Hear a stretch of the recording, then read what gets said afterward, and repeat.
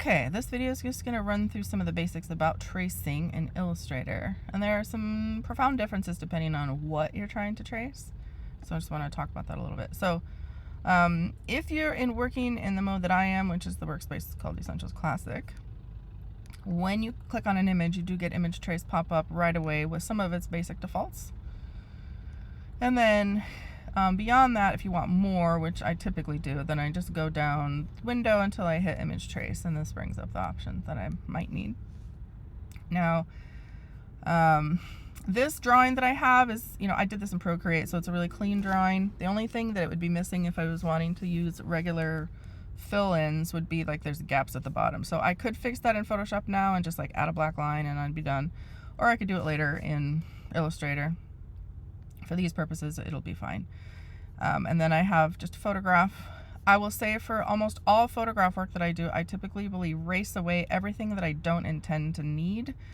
Unless I want the whole photograph, that's fine. But if I'm trying to do, which typically I'm trying to isolate an area, so it might be like I just want the moth in this one. So I would in Photoshop first basically erase everything except the moth and have a white background, and then bring it over here to do this. But just depends on your purpose.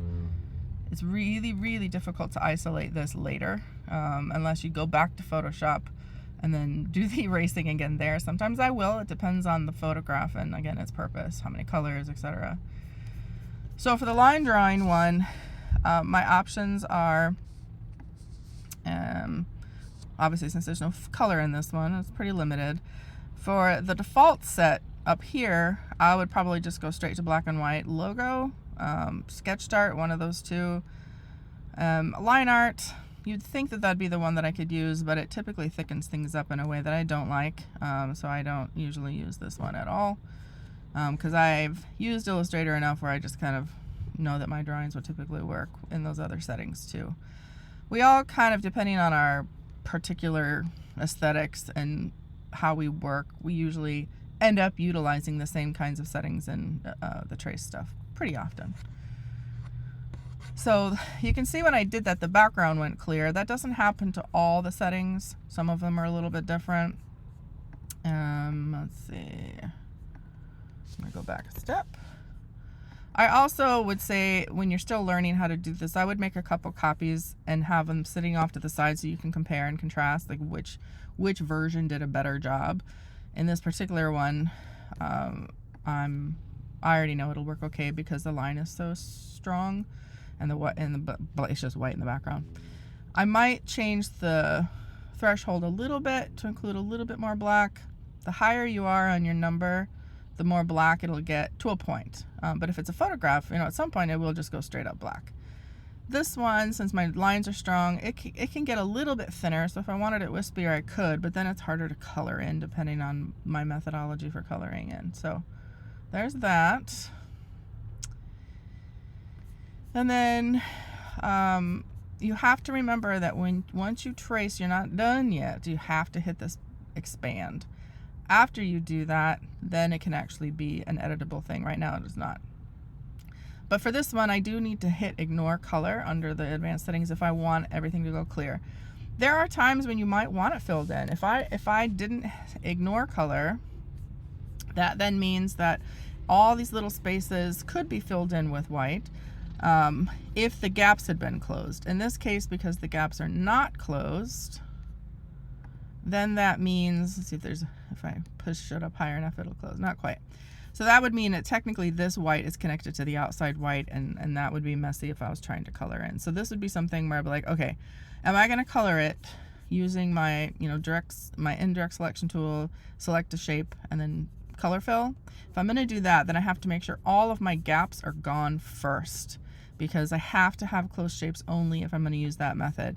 If I'm going to utilize the live paint tool, then I can, be a little bit, I can treat things a little bit differently. And in that case, I probably would just go ahead and ignore color. So for this particular drawing with the gaps that are there, live paint tool is a better choice. If I wanted to go through the extra work and fill it in Photoshop first, I could do that. Some things that are bigger, I could probably just do this in Illustrator after the trace, but it is just a little bit of work. So I would say always prep your images as best as you can in Photoshop before you bring them in to the trace tool, because it just saves a lot of time and energy. So I hit expand. Now this is editable, but remember, that's not a stroke. It looks like a line, but it's not a stroke. If you come up here, there's no stroke here. That is technically a shape. And if I go over now to the moth, there's just so many different ways that you can do the moth. It depends on what the purpose is. In this case, if I was like, oh, I want the whole photograph, then no worries. But if I wanted just the moth and I wanted like a smaller set of colors for it, I would actually want to get rid of the grass and the background, because that all adds to the number of colors it can think about. And if I have a limited color palette, it's going to take away colors from the moth in order to try to accommodate the other ones. So I would say you go to your colors. And of course you could do black and white trace on this too, but I'm going to switch over to the colors. This one is set for a limited color palette. The most it'll go to is 30. If you come here, there's a slightly different set. You can do 3 colors, 6 colors, 16 colors right off the bat, or you can just go ahead and choose them over here too. You can also right here do high fidelity photo or low fidelity photo. High fidelity means it's going to take the number, as many colors as it needs to make it look realistic. And this is fine if you were doing something like needing a photograph for a billboard where the size way exceeds what a photograph can provide. So then you would switch over to this one, because remember, once you've expanded these shapes in their vectors, then they can be as big as you want. It'll still look like a photo, but technically it is not. So when this is done doing its thing, when I zoom in, then you can see all the little vectors. Technically they're not vectors yet, they're shapes. Once I hit expand, then they become vectors. I'm going to do, you can imagine low fidelity just lowers the numbers. I'm going to go to a very, let's see, I'm going to do the full tone. Limited. And it goes automatically to 30. So in most of these, you have to have at least 2, and it has to go up to 30 for the more limited color palettes. And then you yourself can change the number either by sliding it or just typing in the number up there. It does take a while. This photograph is decently sized. You might want to resize photos if you're trying to get at something specific. So you can see that even at 30, it can't get to green. It can't get to the blue-gray. Can't get to yellow. And so the more you reduce from the photo to just really get the moth color, then the better it is to get your colors. Sometimes I'll get a color that's like, I like the way that it limited the color palette, but the colors are just not right. And then I'll go to Photoshop and tweak colors. And then you can retrace always too, after you get the colors more accurate. So it's a lot of back and forth, honestly. One quick thing about coloring in after you have a line drawing is, I mentioned either using regular, you use this if you had some white shapes already. If you don't, you can use your shape builder tool to fill in closed shapes, but we'll only do closed shapes.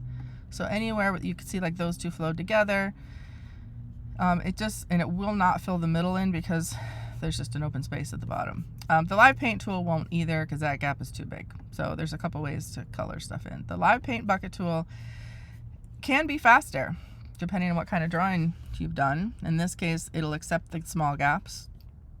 So I'm going to shift over to a different blue, and you can see that, that time it didn't. The gap was a little bit too big for it. Let me see where else I can find a wee gap. There it is. Okay, so that gap is acceptable to it. The other one wasn't. So it depends on the drawing and how large the gaps are. I don't know why it was picky about that one and then not the other one. So I guess it's just a little bit finicky. Yeah. So little gaps will be okay. It'll ignore them. Big gaps, not so much. Definitely, again, the same issue that the regular selection and coloring in had. It's not going to fill that gap that big. Okay, let me know if you have more questions about the tracing and or tracing and then coloring.